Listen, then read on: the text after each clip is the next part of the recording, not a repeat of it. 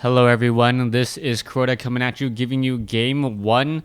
Well, in a set here, it is going to be Banobo versus HopeStar. HopeStar spawning as the Undead player here at what I will call the 1 o'clock or 2 o'clock position. Meanwhile, Banobo spawning as the blue human speed building this Altar of Kings. Now, I am casting a little bit more unknown players. Banobo, I believe, has been on my channel before. HopeStar, not fairly often as well. So I guess these guys are not as unknown as I previously led them to be. Anyways, what are we going to be seeing in this Undead versus Human matchup? Undead versus Human, very difficult for a human player with these spawning locations.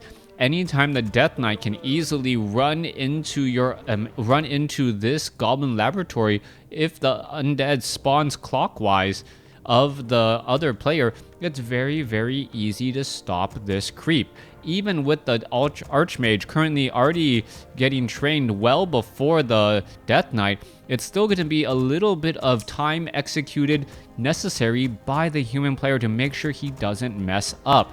He's going to need to pull in a large number of militia, probably 6 if not 7, in order to time it correctly. Fortunately for him though, the Rock Golem is magic immune, meaning the Death Knight cannot use a Death Coil in order to Death Coil and steal that experience.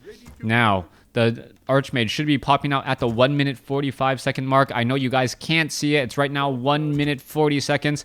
And once that Archmage pops out, 143 is already out. And now we see the Archmage making its way over. The Militia getting called a little bit late here as the Archmage gets into position. Now we're going to see a second Water Elemental dropped here in just a moment. And this is apparently a best of 1 series. So here we go. Rock Golem trying to quickly take down that Mud Golem there, since it does cast slow, and a little bit of lost focus fire, not really focus firing onto the Mud Golem or onto the Rock Golem. Also, that Water Elemental ended up taking a lot more damage than I would have expected.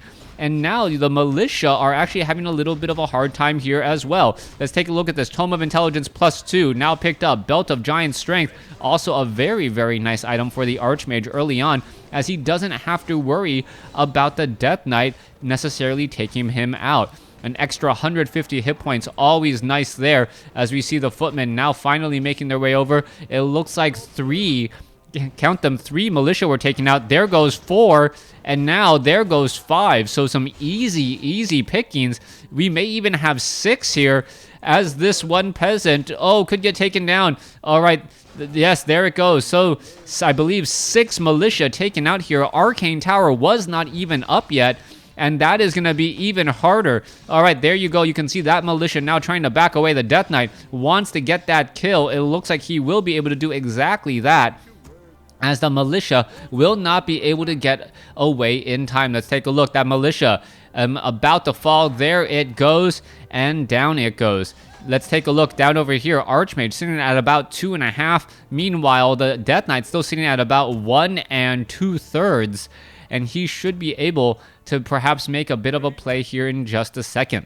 Now, the Death Knight should be now massing up some Crypt Fiends. There's one Crypt Fiend getting trained up. We are taking the tier 2.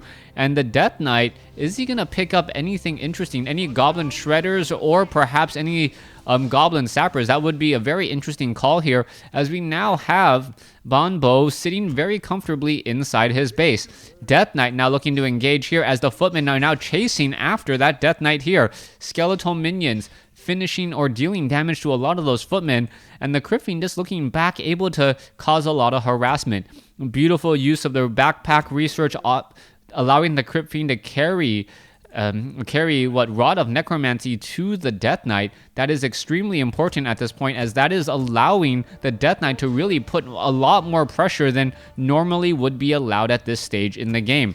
Archmage still sitting at level 2 though, hasn't done very much since the early stages, and he cannot let this Death Knight continue to get more and more experience. Water Elemental quickly dropped. Death Knight now chasing after that Archmage there. Archmage now being forced to pull back, as the Archmage does get a little bit of experience off of a fallen skeletal minion. That's still not enough. If the Death Knight gets to level 2 before the Archmage gets to level 3, I'm going to say that the Death Knight is going to have a huge advantage, as the Footmen are now looking to back off here. The Archmage needs to get to 3, needs to set up an expansion, needs to do something.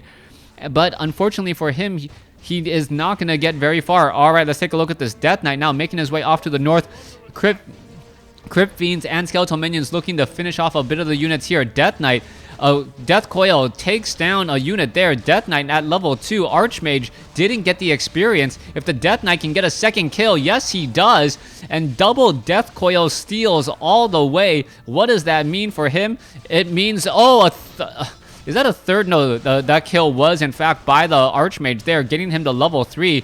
And now we may see some water elementals being dropped. All right, Archmage in a little bit of trouble, needs to back off. Picking up a Tome of Agility is rather important to get a little bit more armor.